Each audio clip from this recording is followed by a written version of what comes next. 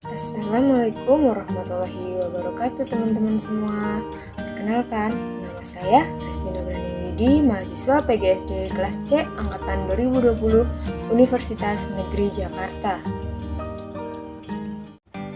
Halo teman-teman, di sini saya akan menganalisis materi PPKN dan KIKD. Peranan PPKN dalam 9 karakteristik. Tujuan pendidikan nasional itu adalah membentuk manusia Indonesia dengan 9 karakteristik. Dalam 9 karakteristik tersebut, PPKN berperan sebagai berikut. 1. Beriman dan bertakwa, yaitu mengarahkan peserta didik agar mereka selain mempelajari PPKN, juga membentuk dirinya sebagai orang yang beriman dan bertakwa. 2. Berakhlak mulia, yaitu berkarakter, berbudi pekerti luhur, dan bersikap yang baik. Yang ketiga, sehat, yaitu guru wajib menjaga kesehatan jasmani dan rohaninya. Yang keempat, berilmu, yaitu dari tidak tahu menjadi tahu. Dan yang kelima, cakap, kita mengarahkan peserta didik untuk mempunyai keahlian. Yang keenam, kreatif, peserta didik dilatih untuk berkarya. Yang ketujuh, mandiri, guru harus bisa membentuk peserta didik untuk bertanggung jawab. Yang kedelapan, demokratis, peserta didik harus paham sistem pemerintahan Indonesia yaitu demokratis. Yang kesembilan, bertanggung jawab. Dalam mendidik peserta didik, guru perlu menanamkan jiwa bertanggung jawab. Sebagai guru yang profesional harus disesuaikan dengan 8 karakteristik yang harus kita kuasai. 1.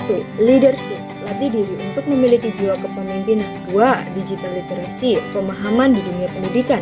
3. Communication, kemampuan berkomunikasi. 4. Emotional intelligence, kecerdasan menata, mengelola emosi.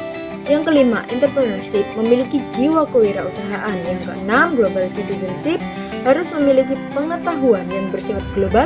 Yang ketujuh, problem solving, kemampuan memecahkan masalah. Yang kedelapan, team working, harus mampu bekerja sama.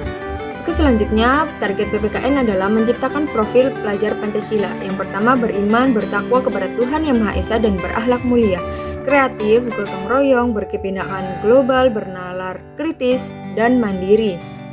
Anak didik harus dibangun karakternya minimal 5 karakter, yaitu 1. Religius, artinya beragama.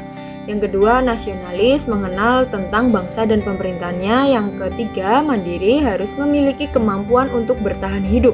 Yang keempat, gotong royong, harus memiliki komunikasi dengan yang lain. Yang kelima, berintegritas, anak harus dilatih kesesuaian ucapan dan perbuatan. Selanjutnya, arti pendidikan menurut Ki Hajar Dewantara. Pendidikan adalah daya upaya untuk memajukan bertumbuhnya budi pekerti, pikiran, dan tubuh anak dalam rangka kesempurnaan hidup dan keselarasan dengan dunianya.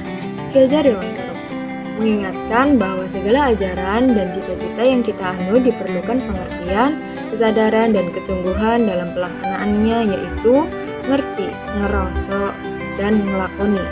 Amanat dan prinsip dasar guru dari Bapak Pendidikan atau Ki Hajar Dewantara mencetuskan ajarannya yang terkenal yaitu Ingarso Sung Tulodo, Ing Madya Mangun Karso, Tuturi Handayani, Doh Paran Kirim Tungo, Tan Katon Hamumuji.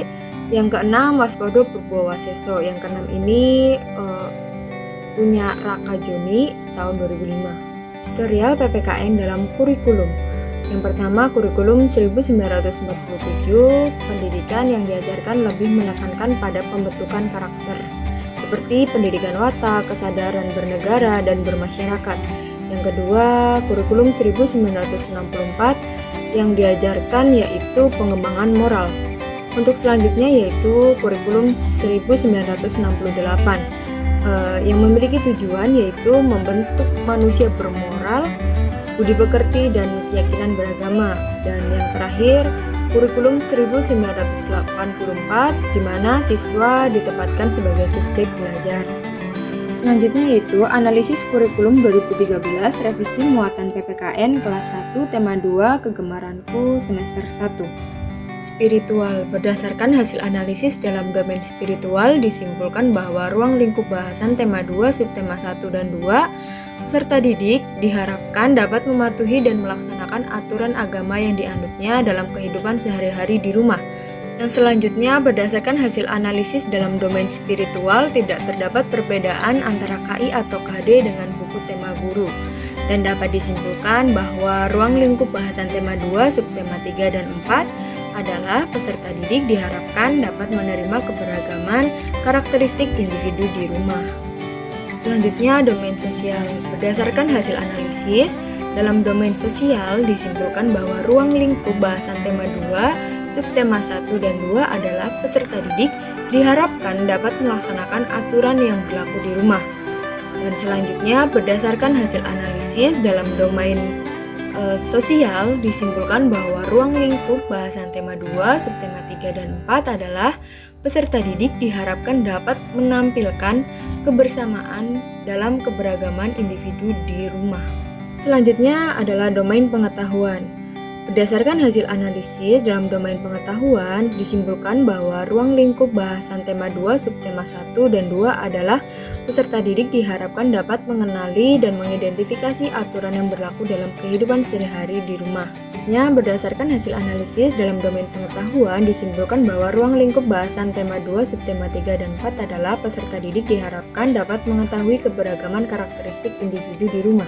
Domain keterampilan. Berdasarkan hasil analisis dalam domain keterampilan disimpulkan bahwa ruang lingkup bahasan tema 2, subtema 1 dan 2 adalah peserta didik diharapkan dapat menceritakan aturan yang berlaku dalam kehidupan sehari-hari di rumah.